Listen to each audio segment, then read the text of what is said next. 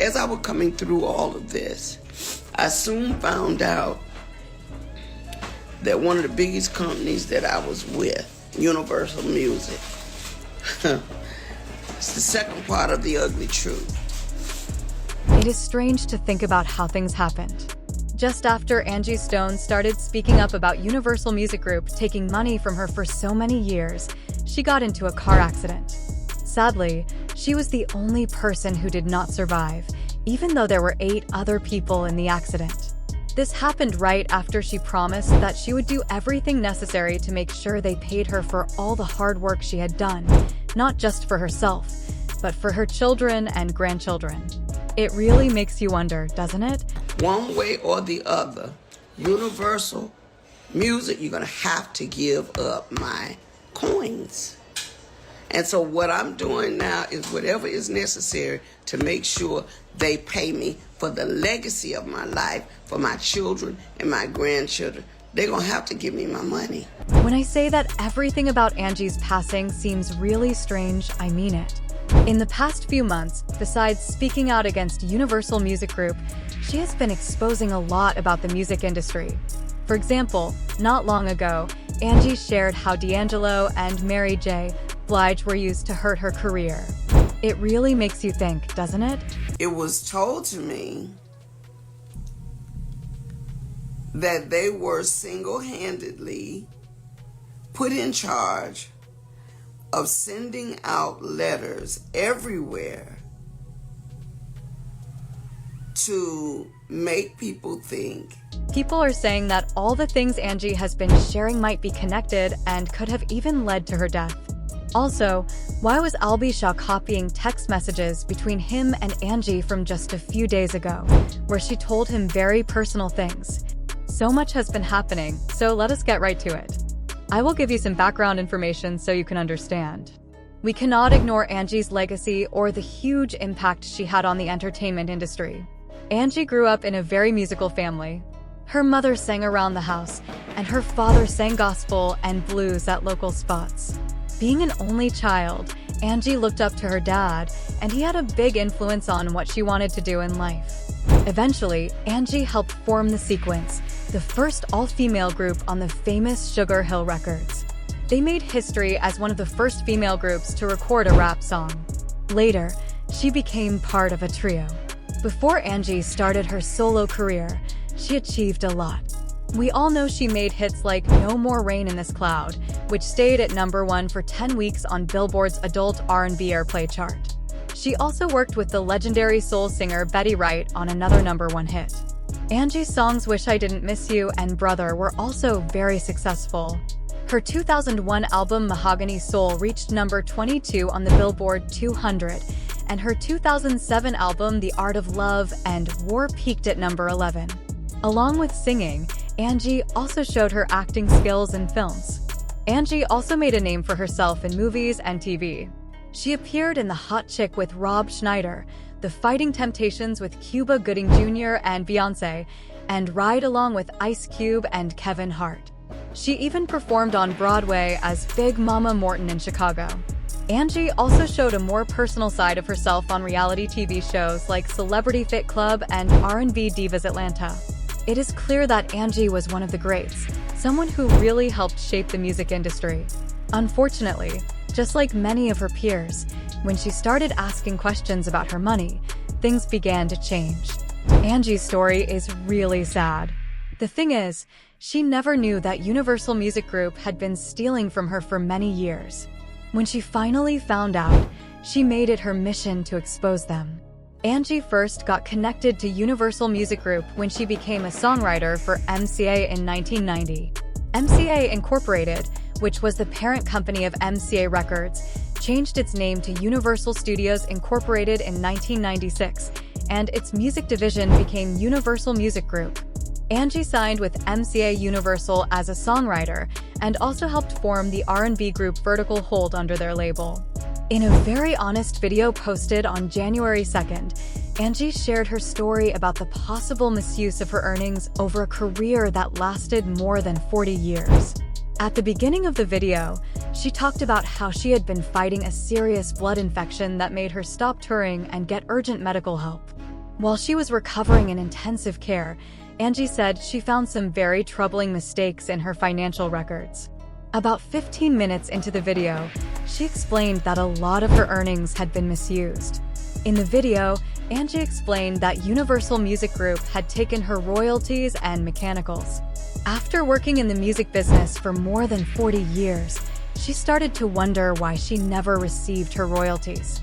She later found out that Universal Music had been receiving all of her royalties and mechanicals, taking almost everything. In the video, Angie shared how deeply upset she was, feeling that it was both a careless mistake and intentional financial wrongdoings. A walking testimony that God has carried me all this time, because if you only knew how much money they have taken from me, how much they have stolen from me, monies that I'm supposed to be, I should have been able to retire 20 years ago with the money I've made, supposedly. But there are key people that have been driving the ships. And what they've been doing is improperly representing me, improperly stealing from me, taking things in their own hand, changing and switching lanes because they knew I didn't know that part. Angie also shared that she was determined to make Universal Music pay her the money they owed her. She said she would do whatever it took to make sure they paid her for all the work she had done, not just for herself, but for her children and grandchildren. Angie also mentioned that the proper steps to register her songs had been ignored. She claimed that there were several class action lawsuits about her songs that were never registered properly by the company she had signed them over to. She also shared more about how her music had been treated unfairly. Angie mentioned that she had a team working hard to figure out what she believed she was owed, and she also warned future artists about the challenges and surprises in the music industry. Then, just a few weeks later, she passed away. I do not want to sound like I am jumping to conclusions, but it really feels strange that she was the only one who died in an accident that involved several other people, especially right after she started exposing Universal Music Group. This is a company that has been in the news before, accused of hurting and sabotaging artists who fought for their rights. It really makes you think, does it not? What happened is that the vehicle Angie was in, on its way back to Atlanta from Alabama, flipped over and then got hit by a big truck. Everyone else in the van survived, except for Angie. The Alabama Highway Patrol shared in a news release that the 2021 Mercedes-Benz Sprinter van turned over on Interstate 65 at about 4:25 a.m. On Saturday, March 1st, before being hit by a 2021 Freightliner Cascadia truck driven by a 33-year-old man from Texas, the Sprinter van flipped over.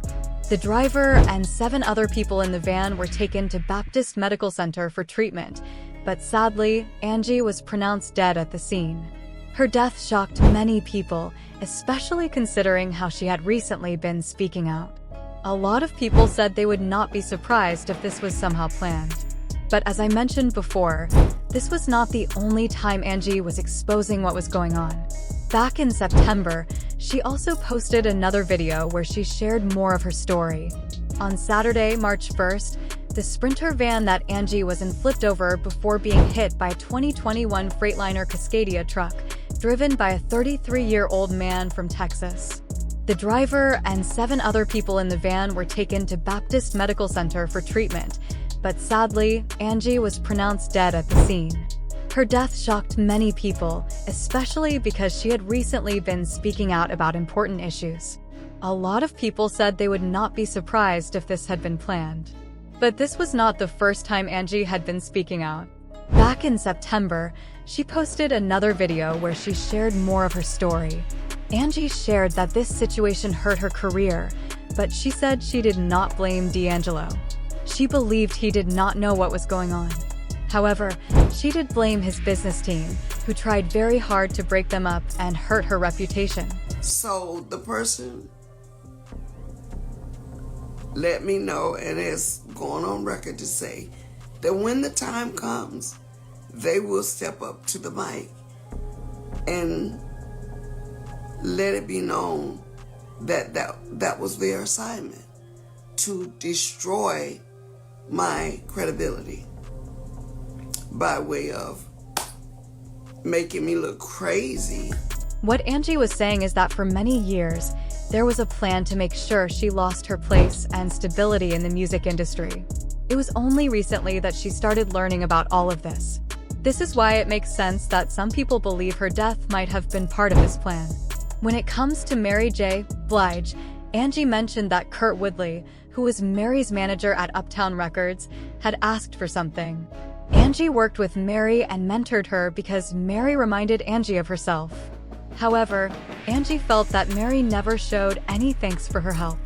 Mary never recognized the things Angie had done for her. Angie also said that Mary took a song that Andre had recorded with D'Angelo without asking for permission.